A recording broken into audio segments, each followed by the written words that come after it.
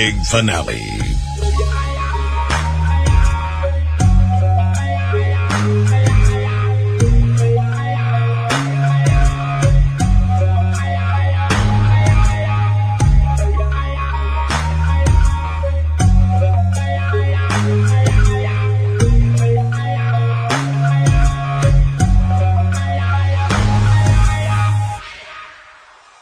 Welcome back to the big finale. I'm Bruce Collins.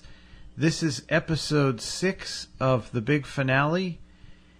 And in this episode, we're going to have an interview with David Aboulafia, who has written the book Visions Through a Glass Darkly. Now, as many of you know, the big finale is the program with the subtitle, The Original Program That Started the Fringe Movement. The original big finale began in January of 2006, over 10 years ago now, and we've brought it back. This is now one of the first few episodes of 2016, and we think so far we've been presenting a very good program full of a lot of interesting topics and interesting content. Now, for those of you who are just listening to the big finale for the first time, we have past shows, of course, right here at ipbn-fm.com or at fringeradionetwork.com. But we also have another program, and that program is called The Bruce Collins Show. The Bruce Collins Show airs every Thursday night on WWPR 1490 AM. WWPR is an AM radio station in the Bradenton, Tampa, Sarasota, Florida area. And we broadcast there every Thursday night at 10 p.m. Eastern Time. We also broadcast the Bruce Collins Show right here at ipbn-fm.com. It's the same program as Thursday night. It's Friday at 10 p.m. Eastern, again on ipbn-fm.com. And we have iTunes and various other places, as well as every week we post that week's episode of The Bruce Collins Show on fringeradionetwork.com. So we hope you enjoy this program, the big finale, and if you have time and you've never tried it before, please give us a listen at The Bruce Collins Show. And up next, we have a very interesting interview. In fact, it's totally unique, I think. I came across an author who has written a book, Visions Through a Glass Darkly. And there is a paranormal aspect to this book. There's also a spiritual aspect. And he has a very interesting, intense thought process. And so I thought it would be interesting to actually interview him and go inside his mind a little bit, if you will, about his book. His book is fictional, but as he explains, maybe it's not completely fictional. David Aboulafia, the author of Visions Through a Glass Darkly, joins us in a moment.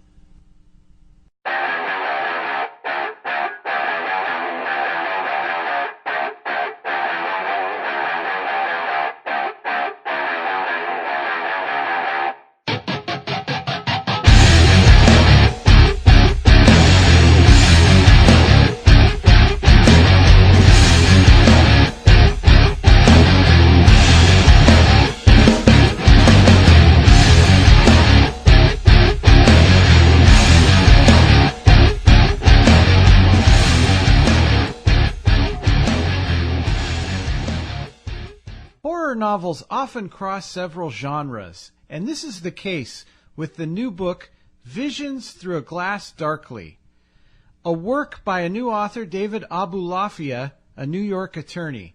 This is a thriller wrapped in a mystery encapsulated within the stark borders of psychological horror. This work is also a far cry from commercial fiction. It is literary horror, a complex work with deep philosophical concepts to impart, or at least to suggest to the minds of its readers. David Aboulafia, welcome to the... I said the wrong show. Let me do that part again. David Aboulafia, welcome to the big finale. Well, good day to you, Bruce Collins. How are you? I'm doing very well, and I'm excited about this book. I actually have a copy on Kindle, so people can purchase it on Kindle or also a hard copy through Amazon, of course. Now, tell us about yourself, David. Tell us about myself. Well, what did Bill Cosby say? There's a name in the news. I started out as a child. That's what Bill Cosby said. Raised a city boy originally, Bruce, raised in the Bronx, New York, went to high school in Harlem, spent 6 years in the city of Boston, and then came back to New York. Born and raised in the city, but there was a time in my life around my 30s, where I moved to this little town in upstate New York called Rhinebeck, New York, about 100 miles from New York. And I have to tell you, when I did that, and I did that for employment purposes at the time, I got an entirely different perspective on my life. So here it is, you take a city boy from the streets of New York, really from the inner city, and you dump him into the countryside, into the mountains. And so what happened to me after that was that I had a dual perspective, a perspective of a city kid that now has a love of nature and solitude and quiet. And this kind of dichotomous living arrangement changed me, and it changed the way I looked at everything. You know, I went through several careers through my life. I started out as an advertising copywriter. I went into the field of public relations, where I worked for a school, which, as you may know, is the basis for the novel, which takes place in a school. From there, I wound up running schools, and not only running schools, but reorganizing failing private schools for about a decade, until finally I was doing so much law that I just became a lawyer. And that was nearly 2 decades ago now. So, you know, I've been a lawyer for a long time, always wanted to write a book, wrote my entire life, but never a book. And in 2004, I began Visions Through a Glass Darkly, basically to see if I could do it. And now I find myself an author and writing all the time and cranking out novels, or at least attempting to. Yeah. And great work. But you also wrote a book called Snapshots from an Uneventful Life. And I know there was some philosophical ponderings within the confines of that book, too. Tell us what that book is about, Snapshots from an Uneventful Life. Well, Snapshots was written immediately after I finished Visions. And it is a dramatically different kind of book. First of all, it's a collection of essays in a memoir format. These are true stories, and just as the title would suggest, they're nothing more or less than bits and pieces of some of the crazy things that occurred to me in my life. But a little bit more than that. Look, I guess, you know, I'm a Gemini, and I'm a true Gemini in many respects. So I have this incredible dark side to me, which you get to see in Visions. And in Snapshots, you see the other side. I like to think, although I didn't know until people told me, quite frankly, that it's basically mostly hysterical. It was written, kind of to allow my kids and my grandkids and my great-grandkids, who I'll never know, to allow them to know me, to get deep inside me, to see some of the stupid things that I did. And it was a book that was written for everyone. It has no profanity. It has no violence. It has no sex. It has no politics or religion. I mean, I don't know how it's going to garner anyone's interest, but basically it was written for everyone so that everyone could identify with it. But, you know, beyond me playing a clown, which is what I do for most of the book, you know, there are some very, what I like to think are very, philosophical or poignant pieces to this book. I mean, things that put me, for lack of a better phrase, that put me in touch with the spirit world. It put me in touch with God. I tell a story of walking along a beach in St. Martin on vacation. I was just walking along a beach all by myself in a very despondent mood. And I was determined to get out of this mood. I didn't know why I was in it, but I was very depressed, literally. And I just kept talking to myself and saying, in a few steps, this is all going to be over. I'm going to have whatever questions I have in my head, I'm going to have an answer to. And I kept walking and talking this phrase over and over. Any step now, I'm going to have my answers in any step. And at that moment, Bruce, I just happened to look down. And I'm on a beach, and I spot a shell, a little fragment of a shell, and I reach down, and I pick it up. And it's a beautiful shell. It's beautiful in its color. It's beautiful in its shape. And I simply remarked to myself, how beautiful. And Bruce, at that moment, that was the answer that I was looking for. And the answer that I interpreted from that very simple event was that we're surrounded by the beauty of this world. And that very often we allow our problems to interfere with our clear vision. And sometimes all we need to do is to simply open our eyes, to see the music of the spheres, to see the beauty that surrounds us at all times. And, okay, so that's a part of what you'll get in Snapshot. That alone is well worth getting it. I actually needed to hear that today with my 9 to 5. Very crazy things going on there. Now, your new book is Visions Through a Glass Darkly. Great book.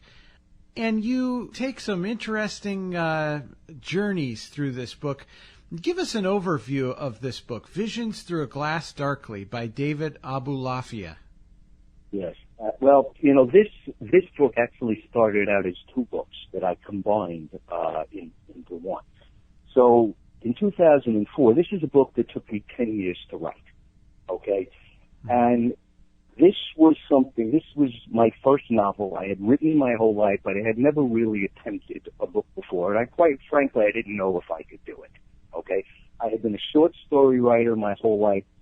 I believed in getting to the point that as much as I was a reader, I wanted, brevity, and I didn't have the patience, I thought, to write anything elongated. But this was my attempt to create something different in the genre of psychological suspense. If I was going to write something, I didn't want to just write a story. I wanted to accomplish certain specific things. And first, I wanted it to be different. I wanted a person to pick the book up and say, you know what, whether I like it or not, I've never quite read anything like this before. So, one of the first things that I wanted to do, only because I like the genre of suspense and terror and horror, it's just something I enjoy, I wanted to write something that would scare just about anyone. Not with overt graphic violence, but something more subtle, but that would terrify anyone. The second thing I wanted to be able to do is I wanted to use words and write a story that would bring the hardest hearts to tears. I wanted to make people feel. And if I could, again, I not only wanted to tell a story, but I wanted to try to make my words beautiful. I believe in the power of ideas. I believe in the power of words. And I try to make them beautiful when I can. And maybe that's because I believe that their power to reach us, really lies in their beauty. More than anything else, I wanted to try to discover for myself and then try to convey to others the essence, the center, the core of true horror. And I think that I found that first for myself, and I think that I was able to convey that. But this is an unconventional book. It is jolting in its style, in its content. I like to say that it should carry a warning label. I mean, sometimes the storyline will seem as if it's only an excuse for the tale of where the real terror of the book lies, which is in the mind of the main character.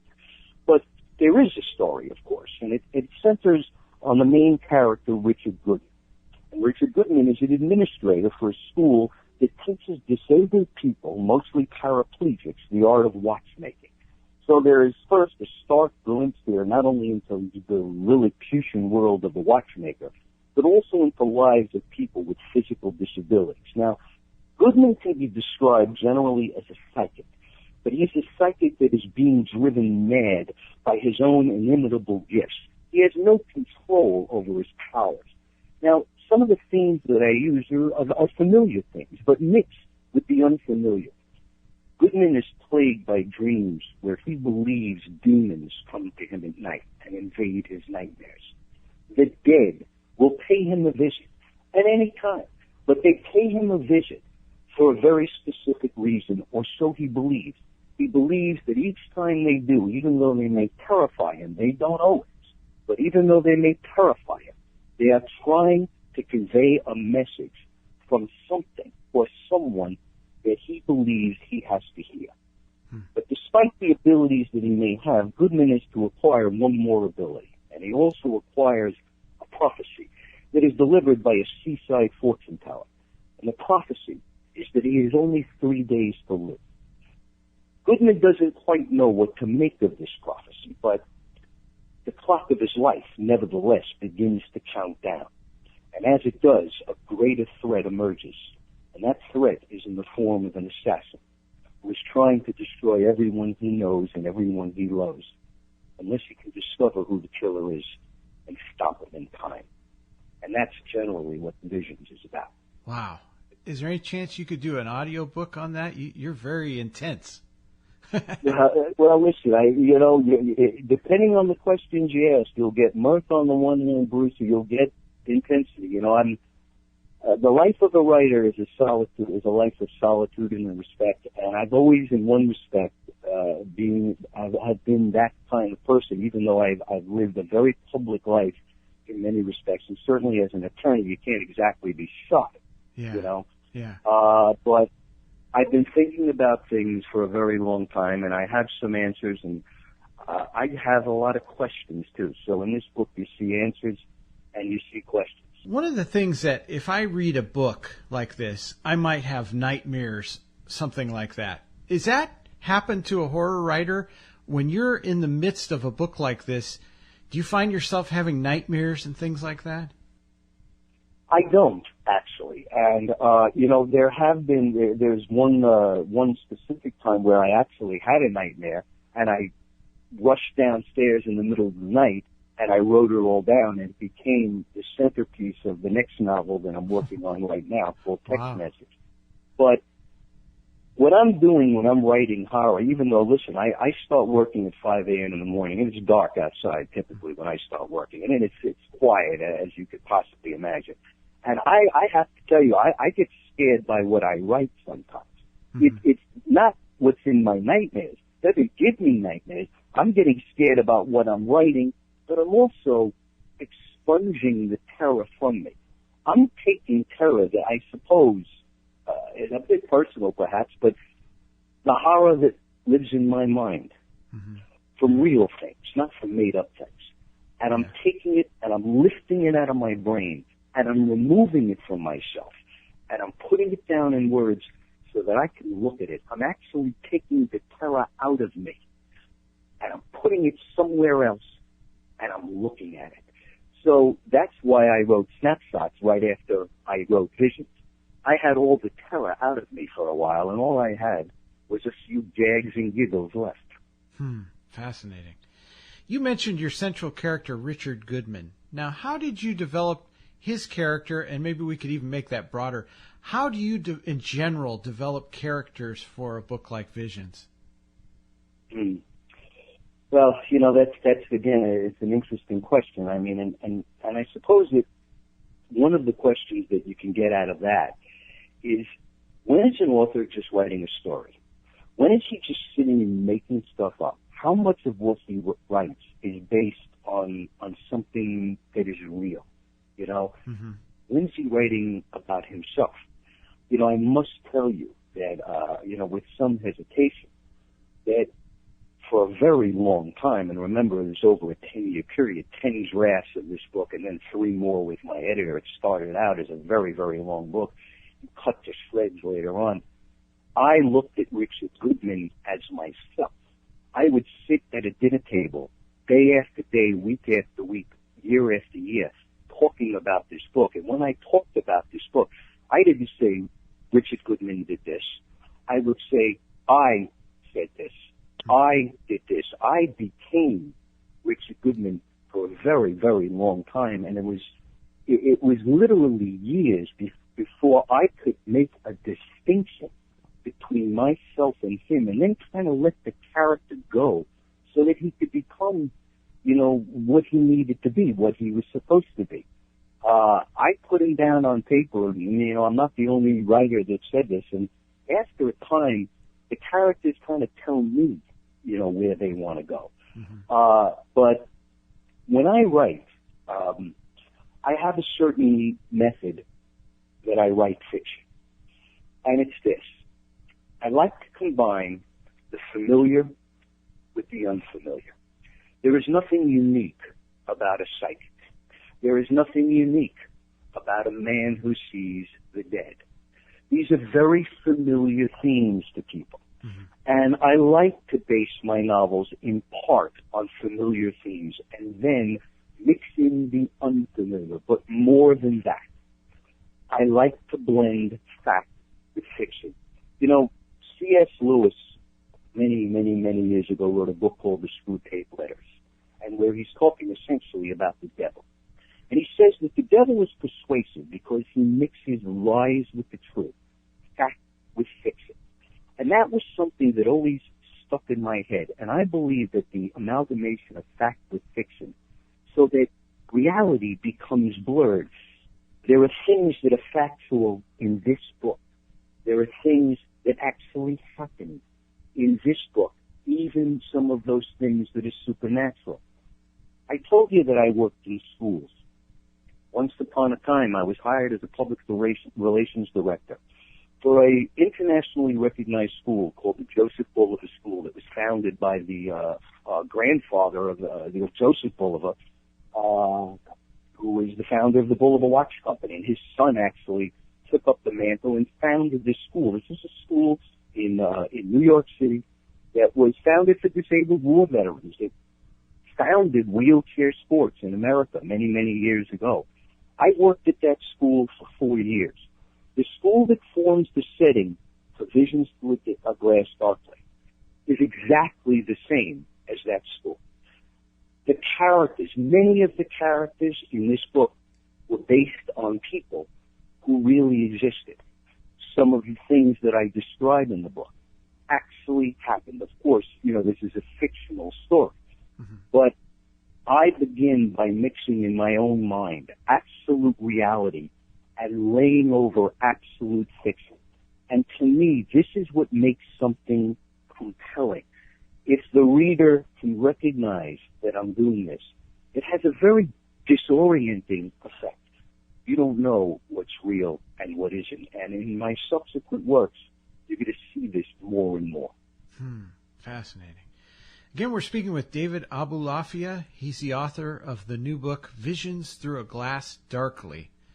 Now, in your book, David, you talk about the wave. What is that, and how does it work? Well, the wave is one of the powers that Richard Goodman has.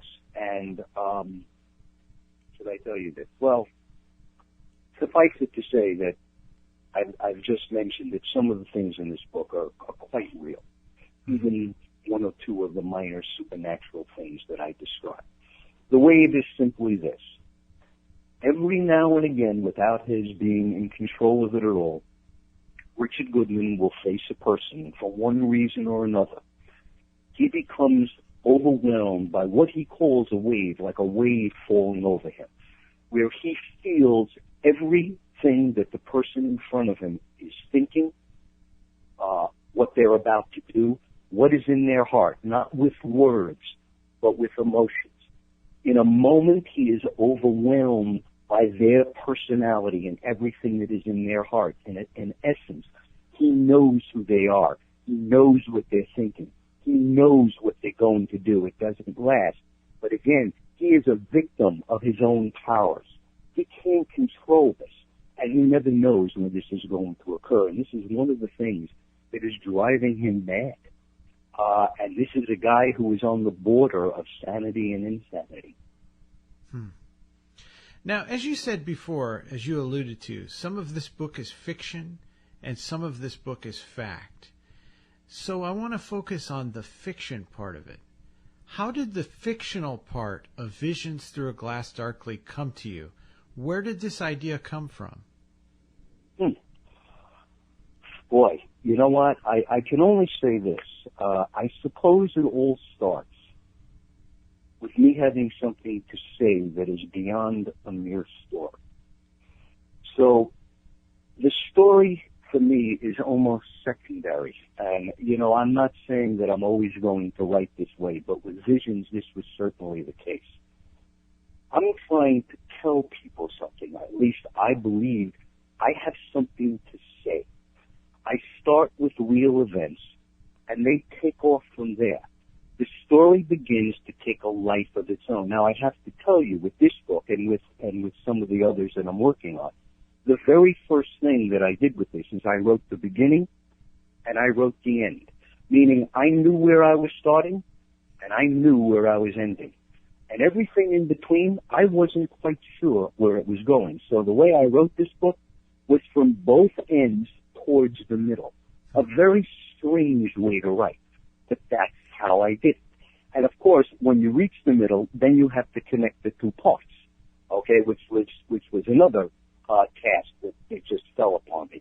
But I guess I really don't have an answer to that, Bruce. As I said, you know, when you start to create characters and you start to give them a personality, you kind of set them walking down a road, and you almost lose control of them after a while. Mm-hmm. They begin to become almost real, to have a life of themselves. They do what is consistent with the personality you created. And that's the best answer I could give you. Yeah. In other words, they take control. They do. In your opinion, what makes a great horror story? Well, that's a great question. You know, I can tell you this. I like to think that I'm a very disciplined writer. Mm-hmm. And I am not going to let anything go, not one page, not one paragraph, until I think it's the very best that I'm capable of doing. Visions, I worked on one paragraph for 4 hours once. Okay, one paragraph over and over, just a few lines of words, until I could say to myself, that makes me happy. So the first thing is, it has to make me happy.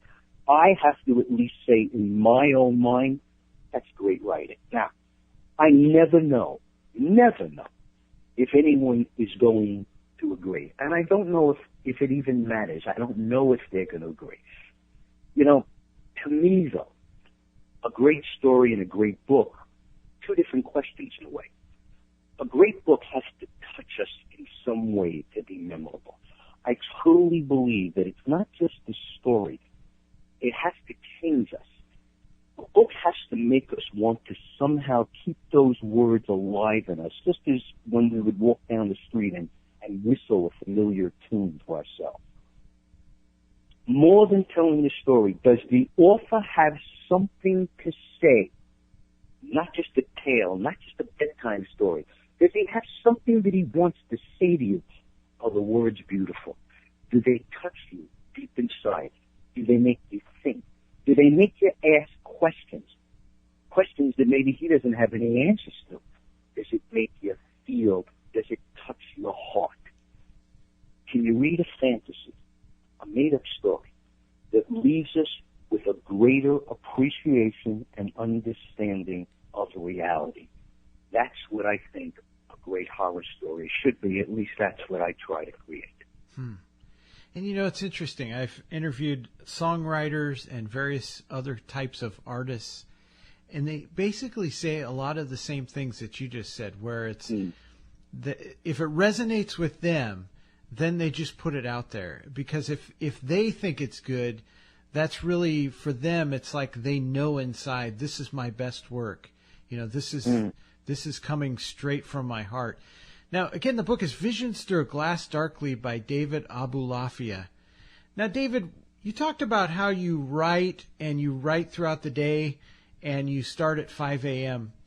So we know that many hours of the day you write, but do you have a certain writing rituals that you do? For example, things you do every day when you write.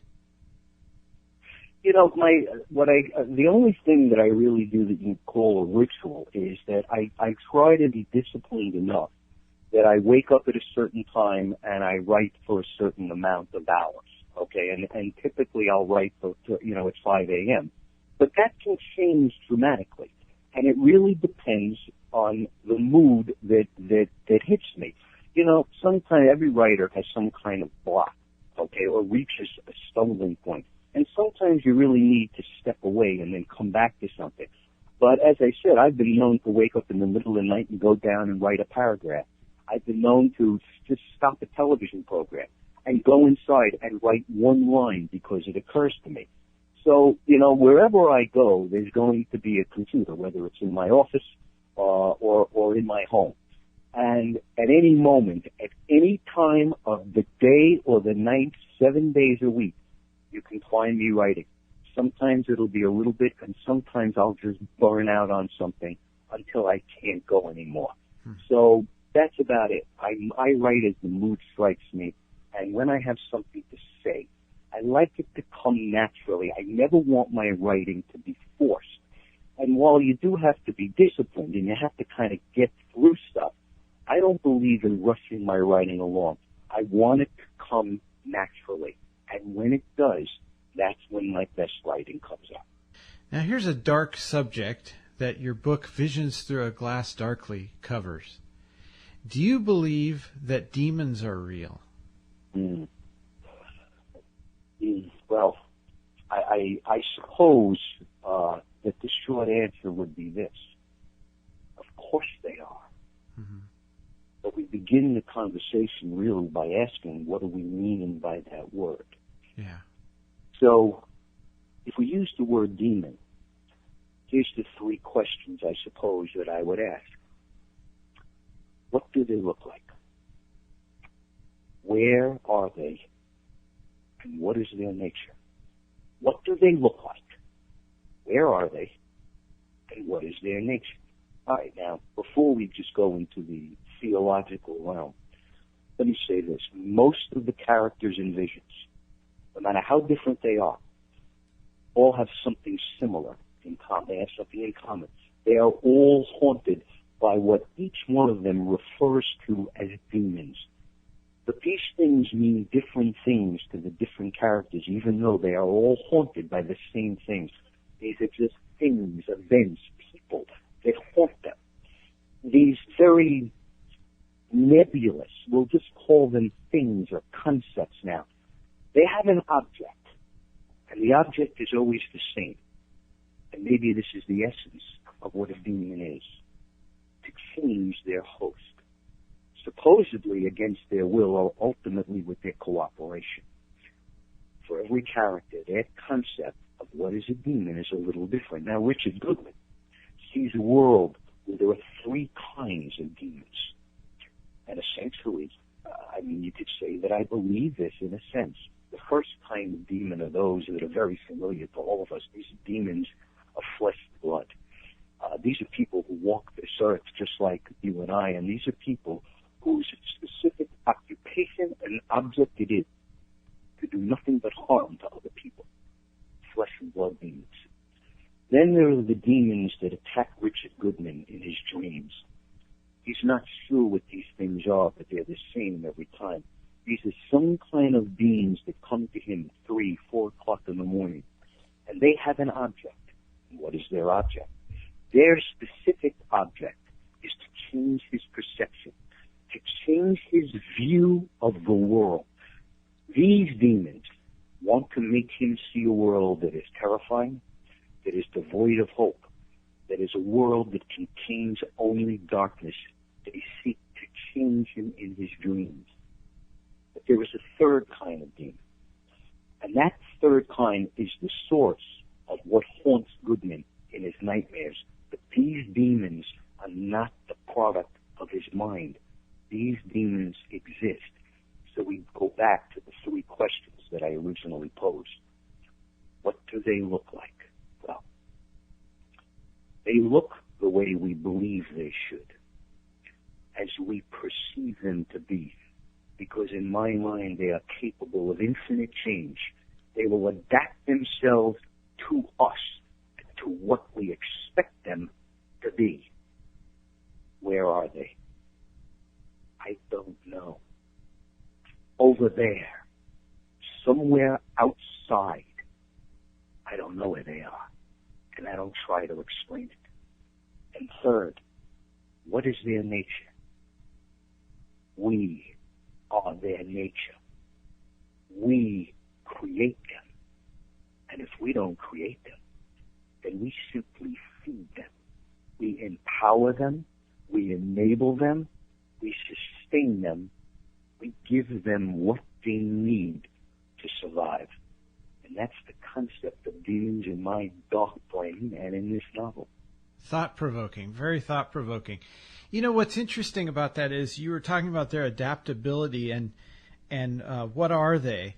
And you have science that would never see them, never see at least these types that are invisible entities, if you will. And yet you also have the other side, the religious side that probably sees demons everywhere. And we're probably talking about at times somewhere in the middle. But having said all that, they almost always will be able to operate covertly, because as a whole, as society as a whole, we will never really, quote unquote, see them. Do you agree? Well, yes and no. You know, it's funny. In the 13th century, if a person, the concept of a virus was something that was unseen, something that you couldn't see that just made a person ill or crazy or whatever.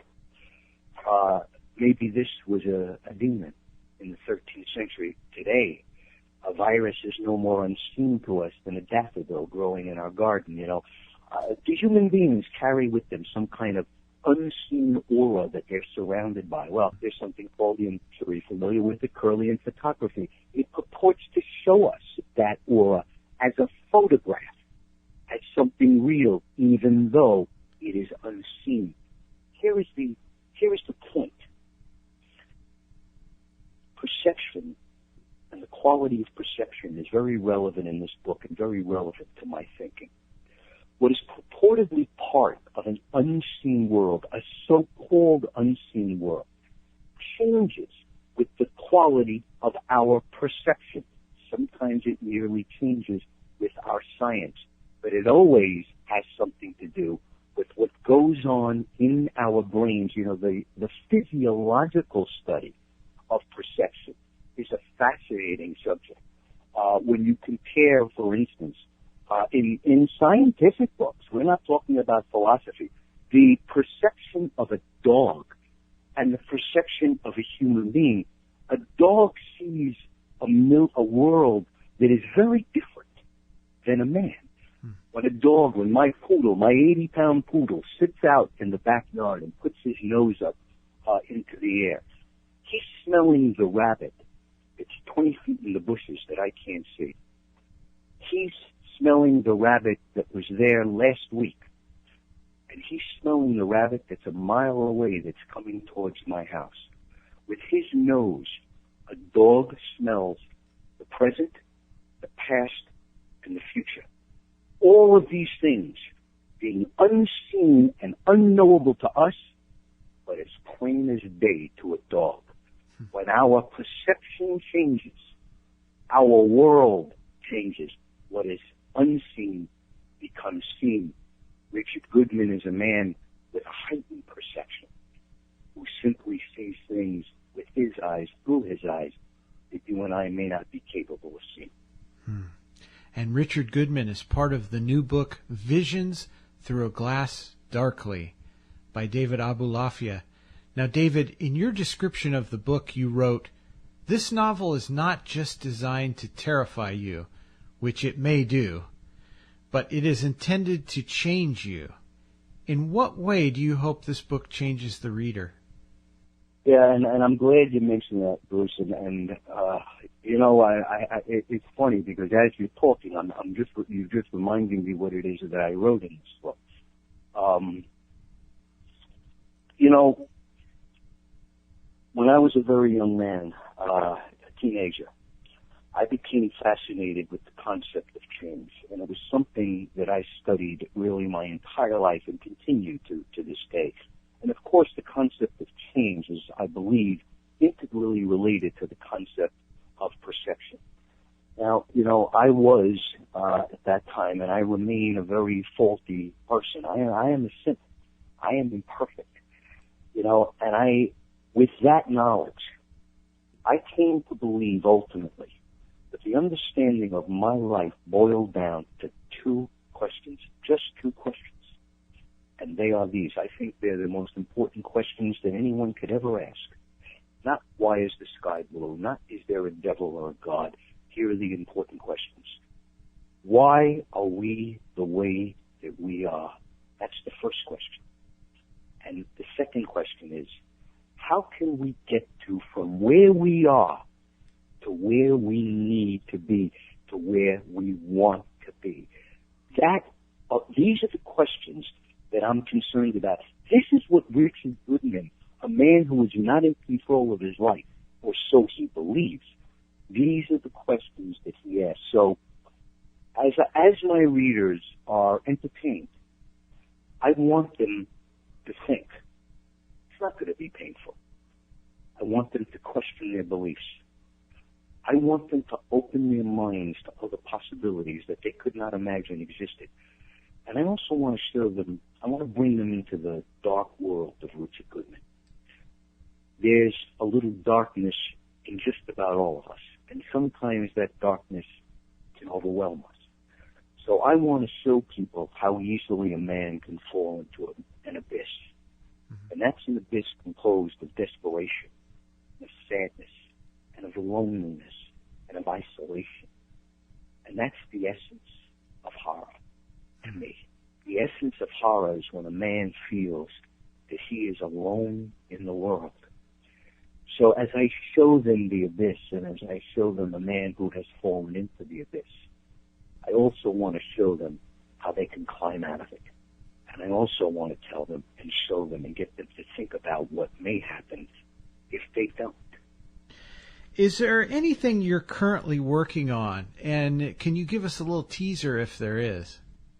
Oh, sure. You know, I have to tell you that once I wrote Visions, the floodgates just opened up.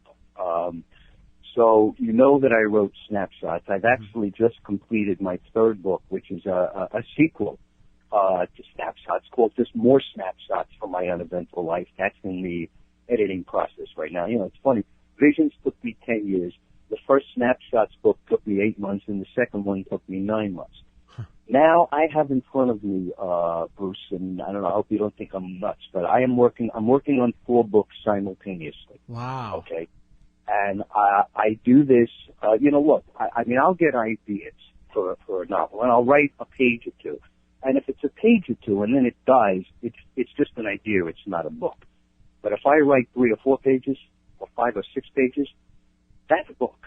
Mm-hmm. If I write the beginning and the end of something, that's a book. So I have 4 books that I am working on simultaneously. One of them is the sequel to Visions, which I'm actually halfway through, called Again Dark Visions. But I went halfway through, I wrote the ending, I put it on the shelf because I got distracted by something else. I got distracted by a book called Text Message, which is a little bit more of a commercial horror, a little bit more, not completely as intense as Vision was, more in the Dean Koontz style. And I'll tell you in a moment, but I'm hoping that this is going to be completed this year. And this is essentially 3 people in 3 cities are stalked by a killer who telegraphs his intentions with the same 5-word text message. And all these 3 people are linked by a dream that they share and a terrifying event that they experienced years ago. You may remember I told you earlier that once upon a time I woke up in the middle of the night and I had this crazy dream, and I wrote this dream down. Well, that's the foundation of text message. Now, I wrote this damn thing down. I mean, it's a wild dream, Bruce. Yeah. And it's full of symbolism. I knew when I wrote this that this dream, that I attributed now to one particular character, was going to be the entire foundation of this book. And it is. It's packed with symbolism. I just haven't figured it out yet. Okay, so that's text message. Text message is about 20% complete. Then I started two other books. One is called Cold Storage, and one is called Heartbreak Hotel, which is, of course, was a song and was, other books by the name of Heartbreak Hotel, but I couldn't resist the title. Just going to Heartbreak for a second, this is going to be a great one. This is going to be a very, very intense book. This is a book about redemption, essentially. And it is based, again, consistent with what I told you, it is based on two hotels in New York City. One is called the Hotel Chelsea, and the other is called the Hotel Albert, which closed many years ago. Both of these were very eclectic hotels where very famous people and artists, writers and musicians congregated over the years. And they're kind of famous/infamous places in New York City. So what I did is I began to research these two hotels. And I took from them that Dylan Thomas met Thomas Wolfe. Walt Whitman wrote poetry in one of these hotels. The novel You Can't Go Home Again was with Eric Clapton jammed in the basement of the Albert Hotel with a group then in its infancy called Cantique. So I took all of these real instances, and then I began to create a hotel that's never really existed. And the book covers essentially goes from the 1870s to 2044 is essentially the time span of this hotel, focusing on approximately a 70-year period in this hotel's life and the things that go on in this hotel. Cold Storage is a project in its infancy, which was actually supposed to precede Heartbreak Hotel. Cold Storage is based on the hospital where I was born, which is the now demised St. Vincent Hospital, which just so happened to be around the corner in Greenwich Village, New York City, from the Hotel Albert. Again, a real place with a very illustrious 150-year history. So we start with what was a real place. And now I must tell you, before I start to ramble, because I only have one horror novel under my belt, that's all you're going to see from now on is psychological suspense and horror. I have an opportunity to do something somewhat unique. Every book that I write is going to be related, meaning that characters from one book are going to appear in the next book. Places from one book are going to appear in the next. In text message, the hospital that is the subject of Cold Storage is mentioned. And it's going to appear ultimately as if I've written only one story. It just continues to go on and on. I'll mention just one thing about text message, because it's something that is new and it's rather a little jolting. In my town that I live in, which is about 40-odd miles north of New York City, there was a kid in my town by the name of Harrison Apar. Harrison Apar was what would put the politically correct manner called a little person. He was a dwarf. Mm-hmm. At the age of 15, he was 3 feet tall and 38 pounds. He became a very famous figure in this little town because he was a very special kid, and this kid died at the age of 15 from his underlying condition. His father, who I know personally, was very changed by this and continues to be changed to this day. And when I was writing text message, the book, I came to a point where the book needed something. I needed something in this book, and I had an idea, and I called up my friend Bruce, and I had a rather teary-eyed lunch with him. And this is what I said to him. I want to learn everything there is to know about your son. And I want to take him, and I want to put him in my book. I want to put him into my book as he was in real life. Now, I'm going to take his real life, his real personality, his size, everything he did, and I'm going to alter it. I'm going to change it, but I'm going to start with what was a real person. And I'm going to dedicate this book to him. I'm going to make him the hero of this book. And then I'm going to bring him back in other books. This kid, this poor kid, had a tremendous story and affected the lives, literally, of thousands of people in this town. They've named athletic fields after him. And a decade after he died, there are people in this town who are still talking about this kid who only lived 15 years, who had such a burden to carry, but was such an amazing kid. And of course, the way I write it, Harrison Apar, being physically disabled, is a student at the Waterman School. The Waterman School being the focus of my first novel. So I'm going to put Harrison down. That's why text messages are starting to take off right now, thanks to Harrison.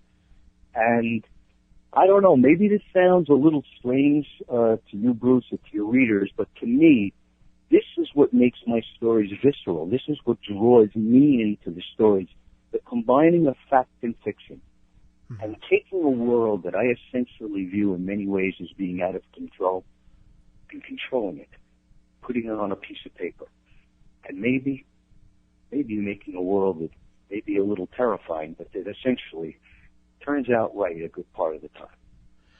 I like the unique touches that you're putting into your books, and I like the ideas that you've just expressed. I like a uniqueness to the way people do things. For instance, going back to Alfred Hitchcock, putting himself in his movies as cameos. I think there's a fascinating twist that you've got going in your books. So I'm looking forward to those books, and I would love to have you back for those books as they come out. I want to remind our listeners, though, that the book we're talking about this week that's out right now is Visions Through a Glass Darkly. Again, it's by David Aboulafia. Now, before we go, where, David, can people find you online? Well, I have, of course, an author's Facebook page, which they could dig up. And of course, the book is on sale through Amazon and through Barnes and Noble and through a million other places. And I have an author's page on Amazon as well. On my Facebook page, you'll see excerpts from all my books, and you'll also see what are going to be the covers of all my books. Because one of the things I like to do to conceptualize the book is create the cover right away.